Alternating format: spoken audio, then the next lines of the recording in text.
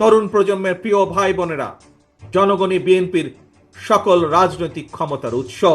আগামী জাতীয় নির্বাচনে বিএনপি ইনশাআল্লাহ জনগণের রায় রাষ্ট্র পরিচালনার সুযোগ পেলে দেশ এবং জনগণের উন্নয়নে পর্যায়ক্রমিকভাবে দলের গৃহীত পরিকল্পনাগুলো বাস্তবায়ন করবে ইনশাআল্লাহ। তবে যে কোনো দলের তাদের কর্মসূচি বাস্তবায়ন করতে হলে দরকার একটি জবাবদিহিমূলক সরকার, দরকার একটি নির্বাচিত সরকার।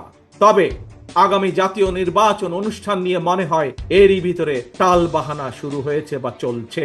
কথিত অল্প সংস্কার আর বেশি সংস্কারের অভিনব শর্তের আবর্তে ঘুরপাক খাচ্ছে আগামী জাতীয় নির্বাচনের ভবিষ্যৎ।